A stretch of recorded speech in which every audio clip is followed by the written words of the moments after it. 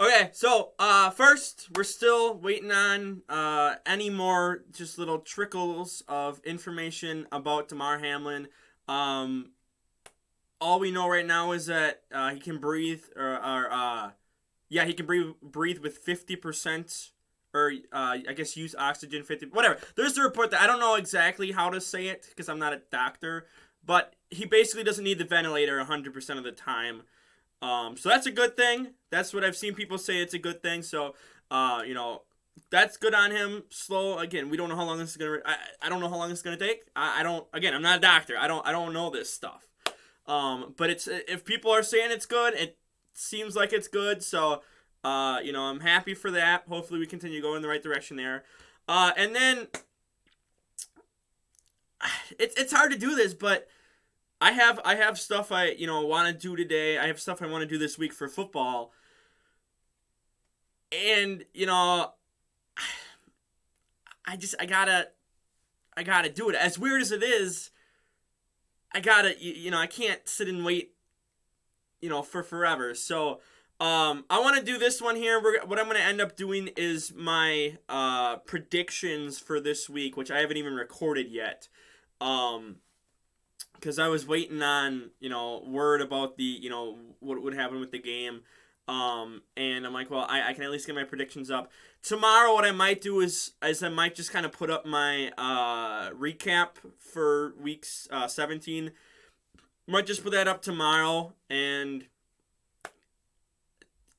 just, I don't know. I'll figure it out. I'll figure it out and get it straight here.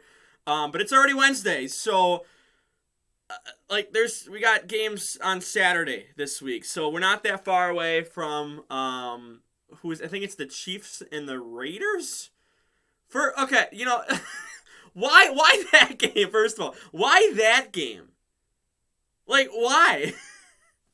No one wants to watch the Raiders. No one is gonna want to watch this team. I don't even think Raiders want to watch that team. It's not even the point of this video. The point of this video.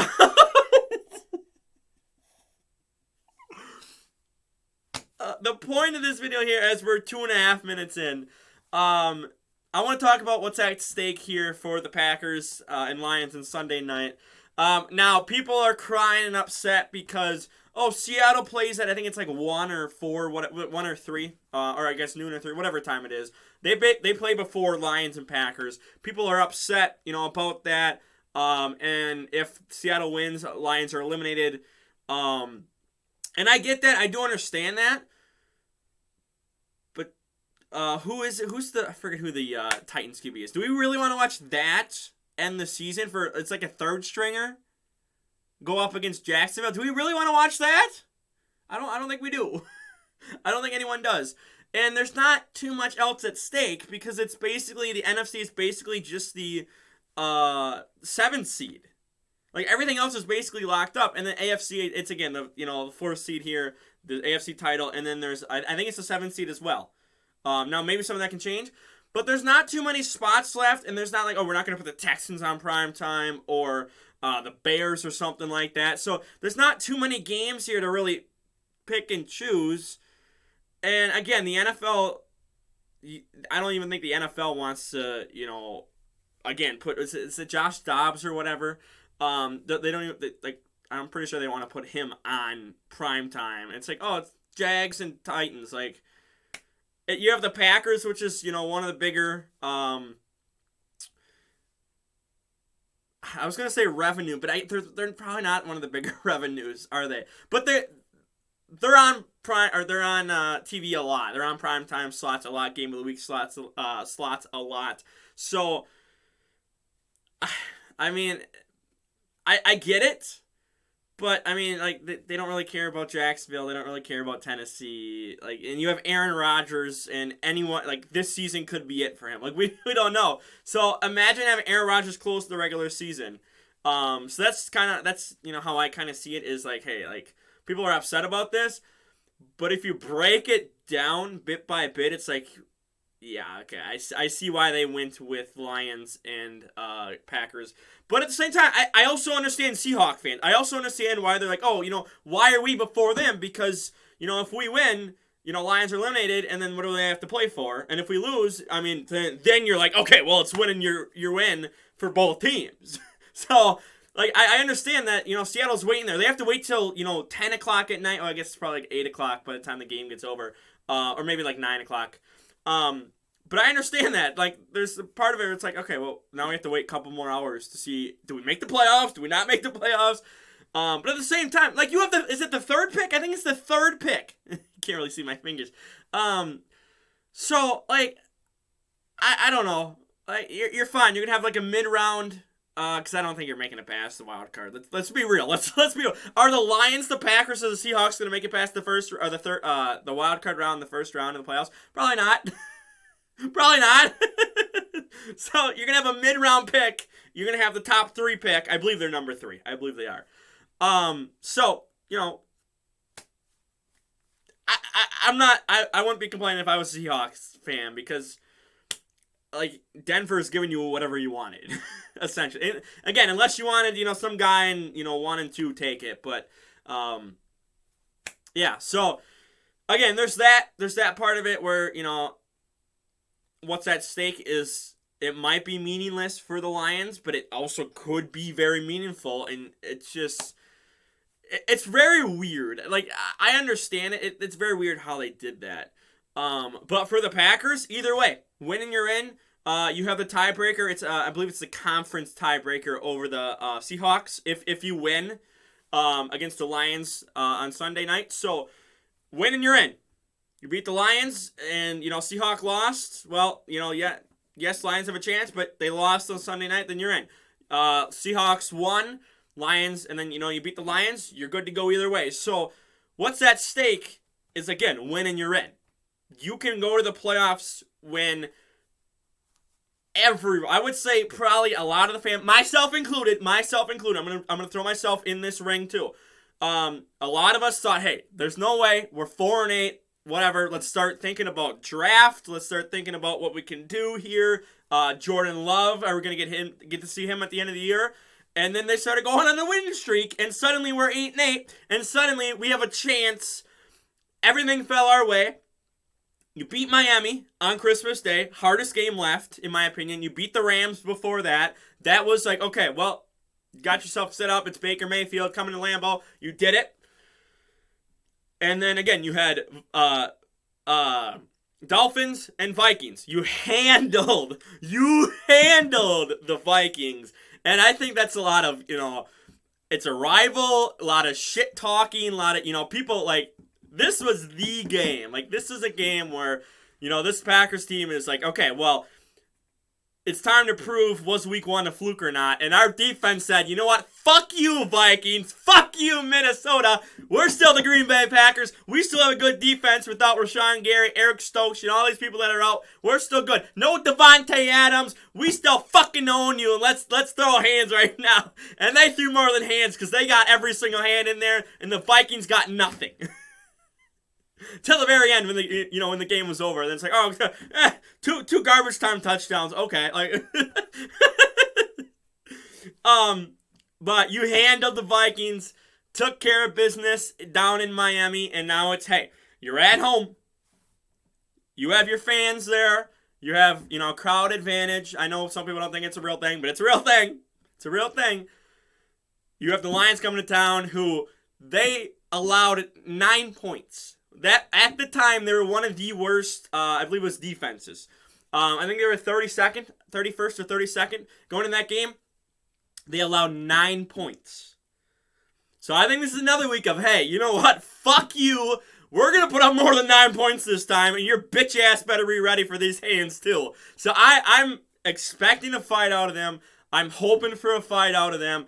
I mean, again, hardest game, Miami, going to Miami. Taking care of business. They got that done. Again, division winners took care of business at home, and you gave them the business. And now it's like, okay, this team, again, there's a 50-50 chance they're either playing for a playoff spot or they're not. But at the same time, in my opinion, I still think it's like, hey, if we're the Lions, we can knock the Packers out of the playoffs too. So I think there's the part of, Dan Campbell, the staff, and the players of, hey, if Seattle wins, I mean, we're going to send them to the playoffs, but We can knock our rivals off. So, be ready. They don't usually watch the TV, don't usually pay attention, kind of find out stuff from the media and whatnot after the game. But I hope they don't. I hope they don't watch the Seattle game. I hope they don't know anything going into that game. And I hope they're playing as, hey, like, these Lions have a shot. That's how they should be playing this, no matter what. Don't look at the TV. Don't listen to anyone. Matt LaFleur should just tell his team, like, hey, like, let's just go into this and we play to win. We play as if they're gonna try to beat us for that playoff spot. That's what I would do as a coach. I'd be like, hey, we're just gonna go do this thing right now, right here, right now. Throw hands, Week 18, prime time Lambeau in January to close out this hectic, insane. I don't even know what else to say. Just a weird, wild, wonderful 2022-2023 season. And to top it all off, you have a shot to get in the playoffs. And extend this further into January. Now, it's not going to be at home. Never going to have a game at home just because, again, you're 7th seed. You don't get it no matter what. Even if it was 6th versus 7th, it's the 6th seed who's going to get, the home field advantage no matter what. But that's, it's should be common knowledge. So, I mean, what's to lose is a chance at the playoffs when no one believed in you. Everyone doubted you outside of the facility. We were calling for Matt LaFleur's head. We were calling for Joe Barry's head.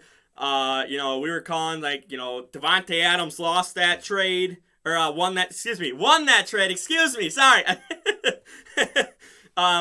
He got where he wanted to go, even though he didn't win.